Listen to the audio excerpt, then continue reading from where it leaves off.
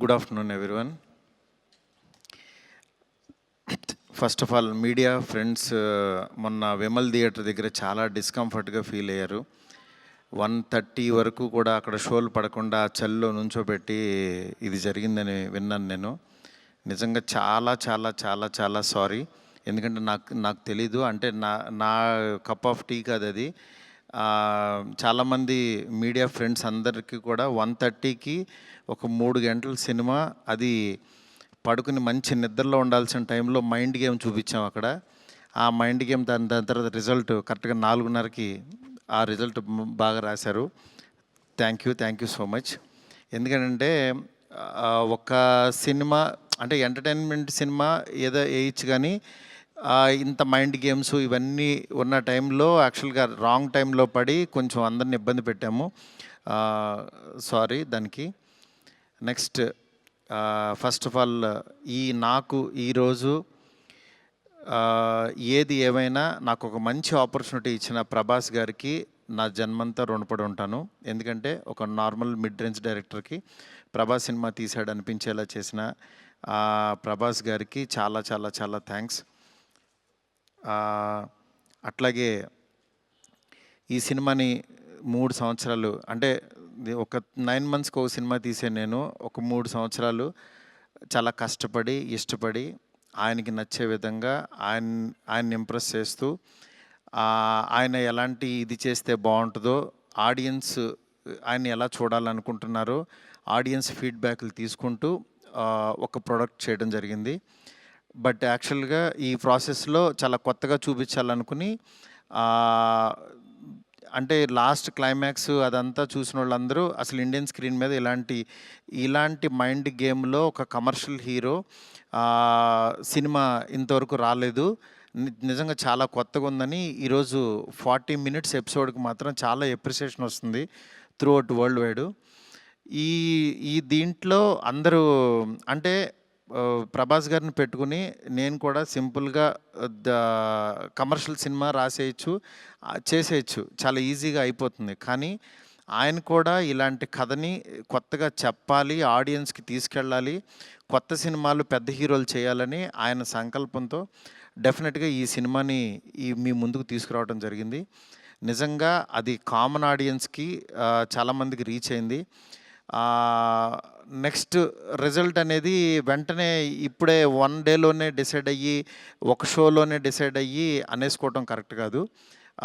ఎందుకంటే ఇప్పుడు పండగ ఉంది, అన్ని సినిమాలు చూస్తున్నారు, చూడాలి. ఒక 10 రోజులు ఆగితే ఈ సినిమా ఏంటని తెలుస్తుంది. ఎందుకంటే ఎప్పుడైనా సరే మనకి కొత్త పాయింట్తో వచ్చిన సినిమా కూర్చోగానే ఇవి ఎక్కేసి అద్భుతం జరిగిందని అనుకో. ఎందుకంటే కొత్త పాయింట్ ఎప్పుడైనా ఇట్ విల్ టేక్ టైం. డెఫినెట్గా ఇందులో ఉన్న కొత్త పాయింట్లో ఉన్న చిన్న చిన్న మంచి పాయింట్స్ మాత్రం డెఫినెట్గా వీటి గురించి మాట్లాడుతున్నారు. ఈ ఎపిసోడ్ ఇలాగని చాలా కొంతమంది ఇంటలెక్చువల్ పీపుల్ కొంతమంది మాట్లాడుతున్నారు, అర్థం కాని వాళ్ళు తిడుతున్నారు, ఇట్లా రకరకాల ఇవన్నీ వస్తున్నాయి. ఇట్లాంటి దాంట్లో అప్పుడే మాత్రం డిసైడ్ చేయొద్దు దయచేసి. రిజల్ట్ కొంచెం వెయిట్ చేయండి, ఓపికగా చూడండి. నిజంగా ప్రభాస్ గారి అభిమానులు కొంతమంది అంటే అందరూ యాక్చువల్గా డిసప్పాయింట్ అవ్వలేదు, కానీ సాటిస్ఫై అవ్వలేదు. బికాజ్ మేము ట్రైలర్లో ప్రభాస్ గారిని చూపించాం, ఏది ఓల్డ్ గెటప్ చూపించాము, ఇట్లా రాక్షసుణ్ణి అనేది చూపించాము, ఆయన యాటిట్యూడు, ఆయన స్వాగు, ఇవంతా ఆయన్ని ఎక్కువ పరిచయం చేసాం. థియేటర్లోకి వచ్చినప్పుడు మాత్రం జర్కీగా ఆయనేరని వెతుక్కునే ప్రాసెస్లో మేము చూపించే కథని బ్రెయిన్కి ఎక్కించుకోలేకపోయారు కొంచెం ఆ డిసప్పాయింట్మెంట్లో. అందుకని నిన్న ఈవినింగు ప్రభాస్ గారి అభిమానులు చాలామంది ప్రెసిడెంట్స్ కూడా మాట్లాడారు నాతో, అన్న బాగా తీసామన్న సినిమా, ఓల్డ్ గెటప్ ఏమైందన్నా అది వస్తే కనుక మాకు చాలా హ్యాపీగా ఉంటుందని చాలామంది అభిమానులు మాట్లాడారు. అందుకని వాళ్ళని దృష్టిలో పెట్టుకుని నిన్న ఈవినింగ్ కూర్చుని సెకండ్ హాఫ్ ఇంకొంచెం షార్ప్ చేసి ప్రభాస్ గారి ఓల్డ్ గెటప్ని ఈరోజు ఈవినింగ్ నాకు తెలిసి 6 o'clock షో నుంచి చూపించడానికి విశ్వ గారు కాల్ తీసుకుని పెట్టాము. ఆయన ఎపిసోడు డెఫినెట్గా మైండ్ బ్లోయింగ్ ఉంటుంది. ఎందుకంటే చాలా కష్టపడి డబ్బులు ఆయన కష్టపడి చాలా తీసిన ఎపిసోడ్. ఎందుకంటే ఒక దీంట్లో రూఫ్లో ఫైట్ జరగటం అంటే ఇంతవరకు ఎప్పుడు రాలా. ఆ రూఫ్లో ఫైట్ వెళ్ళి ఆ ఫైట్కి కావాల్సిన లీడు ఇదంతా నియర్ బై ఒక 8 మినిట్స్ ఎపిసోడ్ ఉంటుంది, 8 to 9 మినిట్స్ ఎపిసోడ్. డెఫినెట్గా ఆయన స్వాగ్ని మీరందరూ ఎంజాయ్ చేయబోతున్నారు ఇవాళ నుంచి.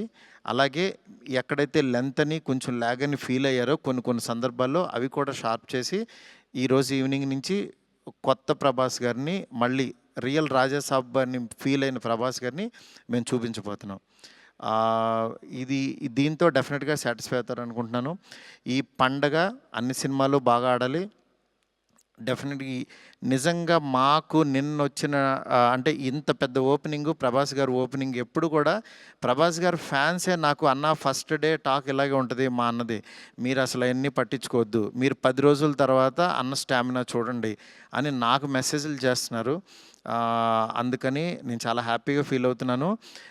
ప్రభాస్ గారు నాలాంటి ఒక మిడ్ రేంజ్ డైరెక్టర్తో ఇలాంటి ఒక కొత్త సినిమాని మీకు అందించారు.